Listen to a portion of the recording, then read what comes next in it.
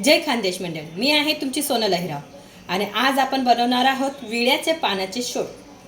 हे विड्याचे पान जे आहेत ना ते आपल्या शरीराला खूप फायदेकारक आहे। आपल्या शरीराला थंड ठेवतं आणि जेव्हा किडनी वगैरे आपली खराब झालेली असते तर त्यावेळेस हे खाल्ल्याने आपल्याला त्याचे फायदे होतात आणि त्याचप्रमाणे कोलेस्ट्रॉलचे जे प्रमाण आहे ते पण ते बॅलन्स करण्यामध्ये खूपच फायदेकारक असतं।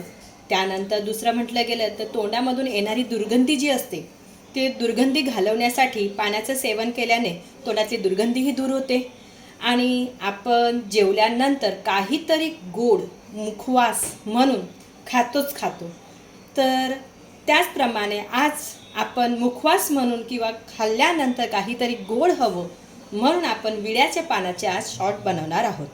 हे शॉट बनवण्यासाठी लागणारे जे साहित्य आहे ते तुम्ही बघू शकतात की मी कालच दादरला गेली होती म्हणून दादरवरून मी 20 रुपयाचे 25 पानं असे हे तिथून घेऊन आली होती आणि ते घेऊन आल्यानंतर माझा मोह मला काही आवरला गेला नाही म्हणून आज मी हे शॉट बनवणार आहे आणि हे बघितल्यानंतर तुम्हीही नक्कीच तसंच बनवणार अशी मला अपेक्षा आहे आणि तुम्ही मला कमेंट करून सांगणार पण।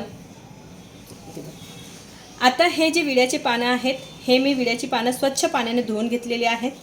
त्यानंतर इथे गुलकंद घेतलेला आहे, नंतर गुलकंद हे 3 चम्मच घेतलेले आहे, 2 चम्मच बडीशोप घेतलेली आहे, इथे 7 ते 8 वेलची जे होते ते वेलचीचं मी बारीक खलबत्त्यामधून कुटून घेतलेलं आहे।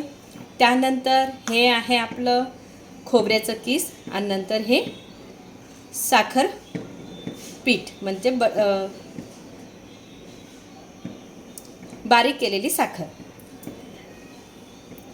आता आपण हे जे विड्याची जी पानं आहेत याची ही जी दांडी जी आहे ते आपण काय करणार आहोत, कट करून घेणार आहोत। याच प्रकारे आपण सगळे पानाचे देठ काढून घेणार आहोत।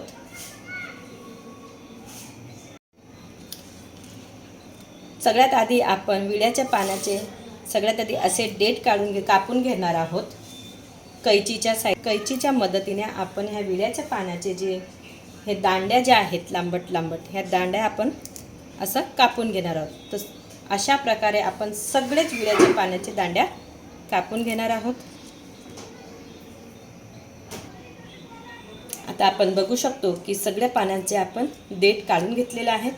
त्यानंतर याचे आपण बारीक बारीक काप करून घेणार आहोत। बारीक बारीक याला कैचीच्या साहित्याने आपण बारीक असे तुकडे करून घेणार आहोत, कापून घेणार आहोत। म्हणजे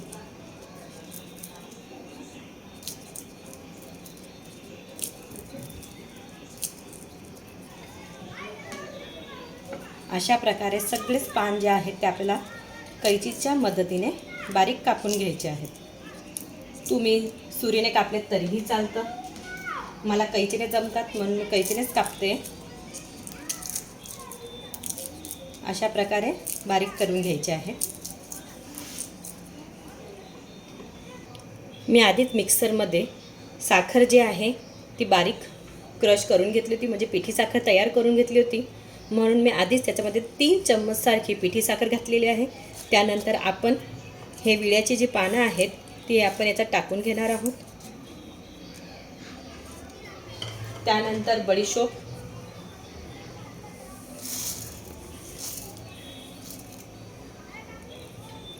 नंतर गुलकंद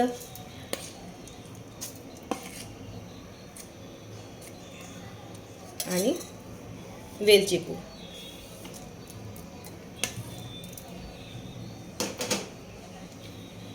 आता 3 चम्मच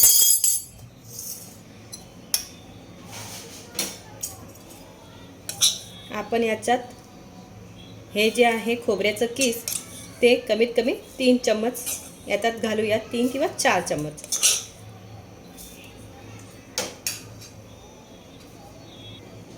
सगळं साहित्य टाकल्यानंतर याचं झाकण लावून आपल्याला मिक्सरमधून बारीक करून घ्यायचं आहे। पानाचा रंग हिरवाच ठेवण्यासाठी आपण याच्यात 3 तुकडे बर्फाचे घातलेले आहेत। अजून बघा बारीक क्रश झालेलं नाही आहे, आणखी परत आपण याला बारीक करून घेणार आहोत।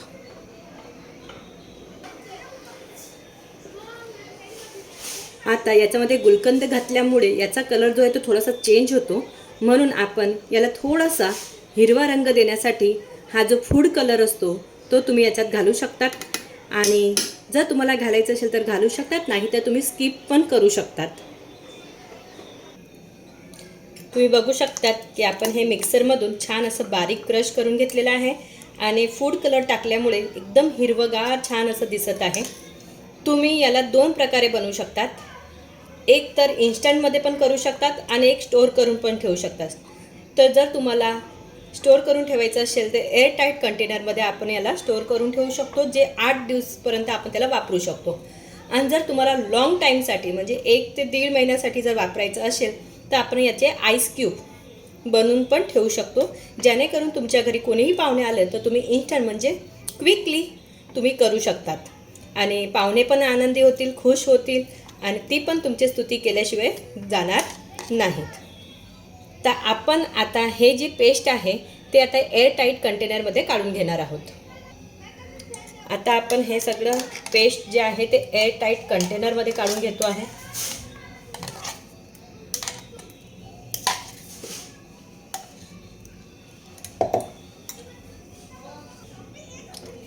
आपण हे मिक्सरमधून दळत असताना आपण याच्यात बर्फाचे तुकडे घातले होते, म्हणून हे पेस्ट छान अशी बारीक झालेली आहे. जर जास्त बारीक होत नसेल तर तुम्ही त्याच्यामध्ये थोडं पाणी पण ॲड करू शकतात. आता आपलं हे पाण्याचं जे पेस्ट आहे आपलं एका एअरटाईट कंटेनरमध्ये काढून झालेलं आहे. आता याचं झाकण लावून आपल्याला हे जे पेस्ट आहे ही पेस्ट आपल्याला फ्रीझरमध्ये ठेवायची आहे, जेणेकरून हे 8 दिवसपर्यंत आपण याचा उपयोग कधीही करू शकतो. आणि जर तुम्हाला लॉंग टाईमसाठी हवं असेल तर तुम्ही याचे आईस क्यूब पण बनवू शकतात. आता आपण ह्या पातेलीमध्ये आपलं हे पानाचं शॉट बनवण्यासाठी मी असे हे जे छोटे छोटे ग्लास जे आहेत असे ग्लास 4 ग्लास मी दूध घेणार आहे. आता आपण ह्या पातेलीत दूध काढतो कशाला आहे, तर तुम्ही म्हणणार की फक्त दुधाने पण आपण हे पान शॉट बनवू शकतो, पण आपल्याला जी चव हवी आहे क्रीमी चव, तर क्रीमी चव तुम्हाला जर हवी असेल तर तुम्ही याच्यामध्ये फ्रेश क्रीम किंवा व्हिपिंग क्रीम किंवा व्हॅनिला आईस्क्रीम जी असते त्याचाही तुम्ही उपयोग करू शकता.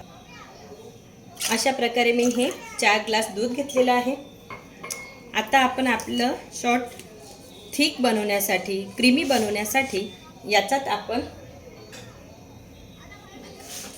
आपण आईस्क्रीम, व्हॅनिला आईस्क्रीम जे आहे ते ॲड करून घेणार आहोत. 4 ग्लाससाठी मी 4 कप जे 5-5 रुपयाचे त्याची किंमत आता 7 रुपये झालेली आहे. असे जे कपवाले आईस्क्रीम जे येतात ते आईस्क्रीम मी इथं यूज केले आहेत.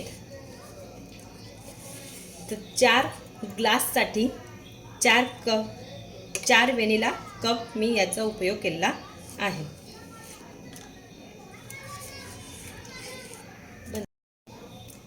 आता आपण याच्यामध्ये 3 चम्मच पेस्ट टाकून घेणार आहोत.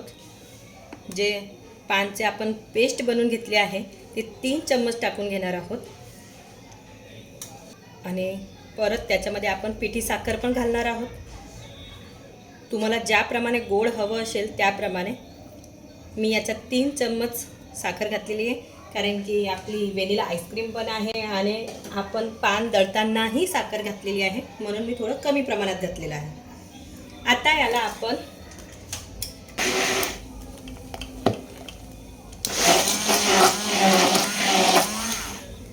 ब्लेंडरच्या साहाय्याने आपण याला असं छान फेटून घेतो आहोत.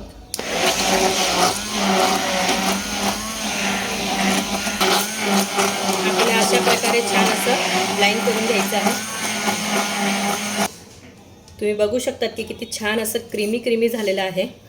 वरती बघा किती छान असं क्रीम जमा झालेलं आहे. आता आपण याला छोट्या छोट्या ग्लासमध्ये काढून घेणार आहोत. आता आपण हे पान शॉट जे आहे ते छोट्या छोट्या ग्लासमध्ये टाकून घेणार आहोत. अशा प्रकारे आपण 4 ग्लासमध्ये टाकून घेणार आहोत.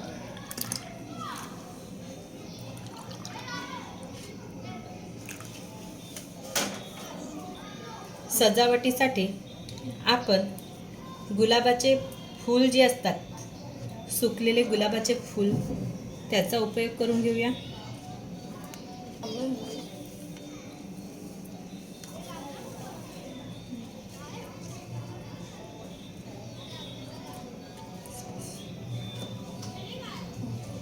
त्यानंतर आपण वरून हे जे केसर आहे ते केसरही टाकून घेणार आहोत चवीसाठी. तुम्ही याच्यावरती पिस्ताचे तुकडेही बारीक बारीक करून घालू शकतात. जर तुमच्याकडे अवेलेबल असतील तर तुम्ही घालू शकतात. आता माझ्याकडे अवेलेबल नाही आहेत म्हणून मी नाही टाकलेत. अशा प्रकारे हे जे पान शॉट जे आहे ते तयार झालेलं आहे. आता हे ग्लास जे आहे ते आपल्याला फ्रीजमध्ये 2 ते 3 तासासाठी ठेवून द्यायचे, जेणेकरून ते छान थंड होणार. तर आपण आता या ग्लासांना फ्रीजमध्ये ठेवूया. जर तुमच्या घरी कोणी पाहुणे येणार असेल तर तुम्ही त्यांच्यासाठी पण जेवणानंतर हे पान शॉट त्यांना बनवून देऊ शकतात. ते नक्कीच खुश होतील आणि तुमची स्तुती केल्याशिवाय राहणार नाही. त्यांनाही ते खूप भरभरून आवडेल. जर तुम्हाला माझी ही रेसिपी आवडली असेल तर नक्कीच तिला लाईक करा, फॉलो करा, शेअर करा आणि कमेंट करायला विसरू नका. आणि तुम्ही पण एकदा नक्कीच बनवा.